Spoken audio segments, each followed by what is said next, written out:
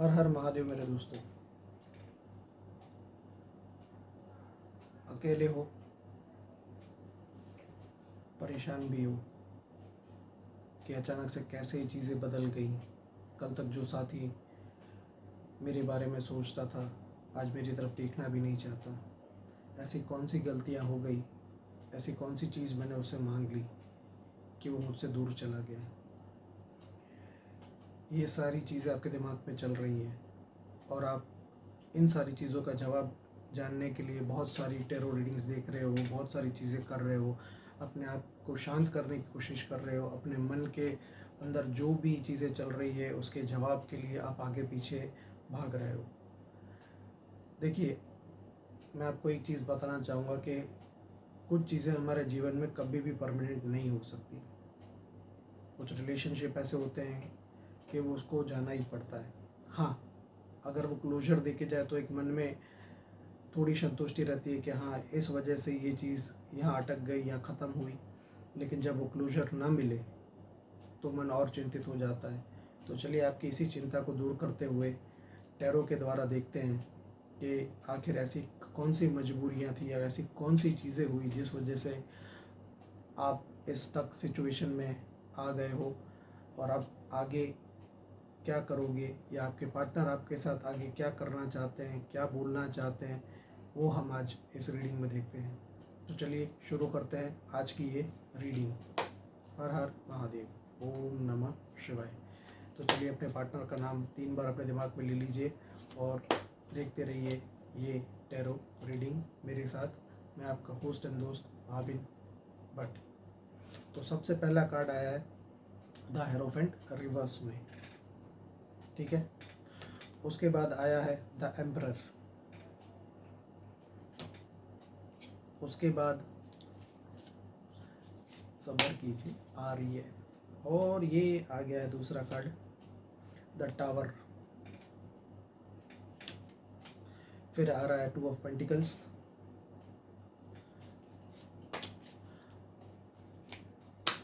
आप अपने पार्टनर के बारे में विजुअलाइज करते रहिए ताकि आपको सही जानकारी मिले। उसके बाद आ रहा है 9 ऑफ स्वॉर्ड्स। उसके बाद है 2 ऑफ वॉन्ड्स। उसके बाद है किंग ऑफ पेंटिकल्स। उसके बाद आ रहा है द वर्ल्ड। उसके बाद आ रहा है द जस्टिस। और एंड में है क्वीन ऑफ स्वॉर्ड्स। और बॉटम ऑफ द डेक में है 10 ऑफ कप्स। तो काफ़ी इंटरेस्टिंग चीज़ें हो रही हैं। देखिए, सबसे पहले तो मैं आपको बताना चाहूँगा कि आपके रिलेशनशिप में या आप या आपके पार्टनर थोड़ा बर्डन फील करते थे, या आपको लगता था कि यार मैं गलत जगह आके फंस गया हूँ। मैं उसे कुछ समझाने की कोशिश कर रहा हूँ, वो समझ नहीं रही है। वो अपना ही चलाने में या चलने में, अपनी तरह से चलने में मस्त रहती है। एम्परर,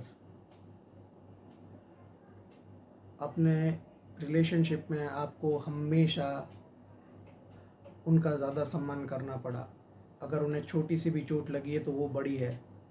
आपको अगर आप कहीं गिर गए, आपको फ्रैक्चर हो गया तो वो कंसिडर नहीं करेंगे, लेकिन उन्हें अगर छींक भी आ गई तो वो आपके लिए बड़ी बात होनी चाहिए। इस तरह की उनकी एनर्जीज रही होंगी। टावर मोमेंट, देखिए टावर मोमेंट आप दोनों के लिए है। आपके लिए इसके लिए कि आपको क्लोजर नहीं मिला, आप थोड़ा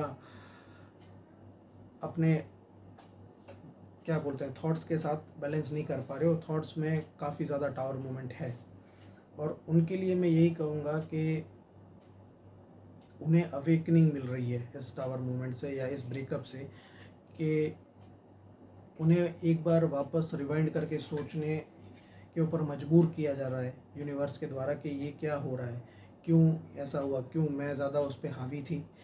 ऐसे बहुत सारे थॉट्स उनके दिमाग में चल रहे हैं। साथ ही में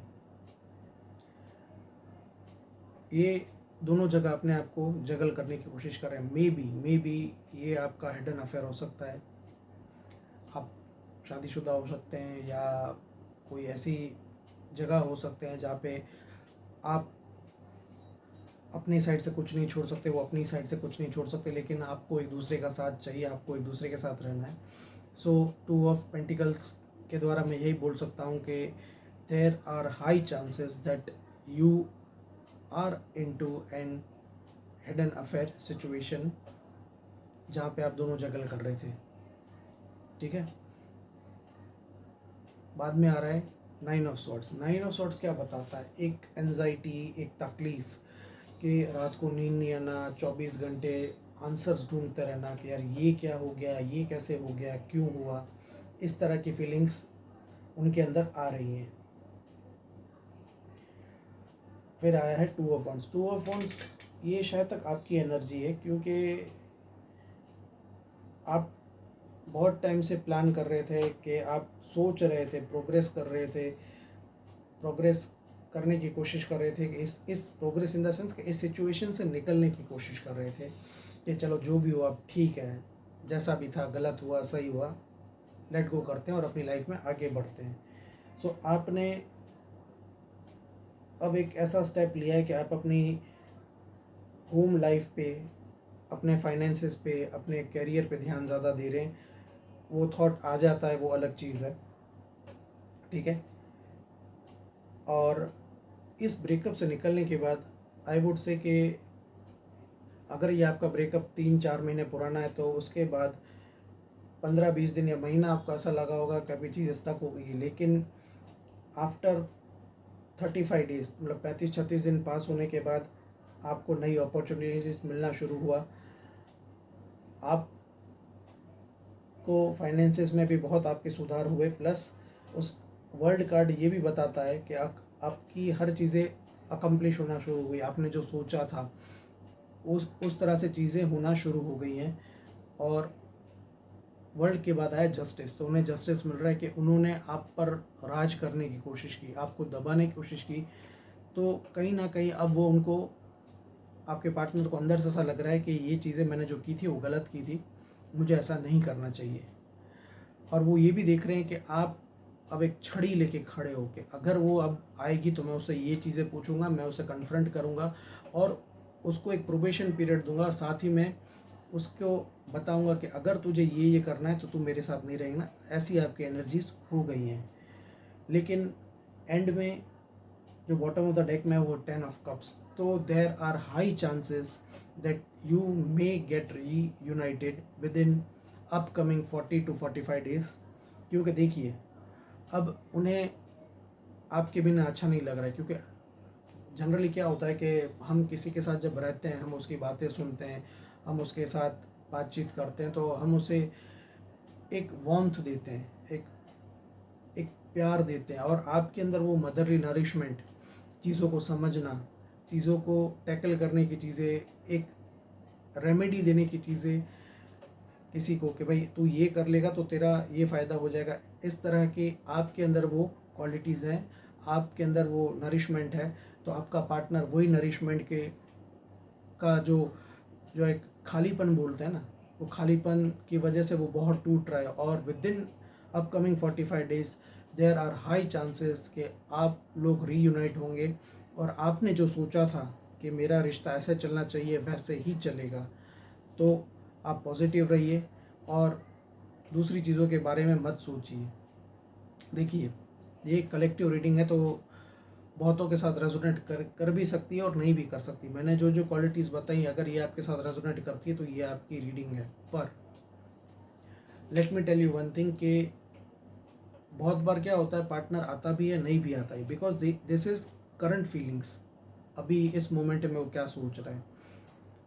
अब कल को दूसरी कोई परेशानी उसकी लाइफ में आ गई तो शायद तक आ भी ना पाए, आपको सोच रहा था मैसेज करने का, करे भी ना, तो आपको दुखी नहीं होना है। देखिए आपके पास किंग ऑफ पेंटिकल्स का कार्ड आ गया है, वर्ल्ड कार्ड आ गया है, आपके पास 10 ऑफ कप्स भी है।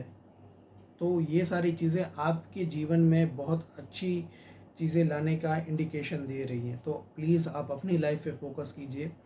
उन्हें आना होगा वो आ जाएंगे, नहीं आए तो भी ऐसा समझना कि भगवान ने आपके लिए कुछ अच्छा प्लान करके रखा था, अच्छी चीज़ें आपके लिए सोच के रखी है।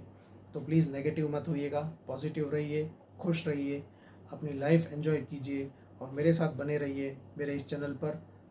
मिलता हूँ आपके साथ अगली ही एक टैरो रीडिंग में। तब तक के लिए thank you, take care, bye bye.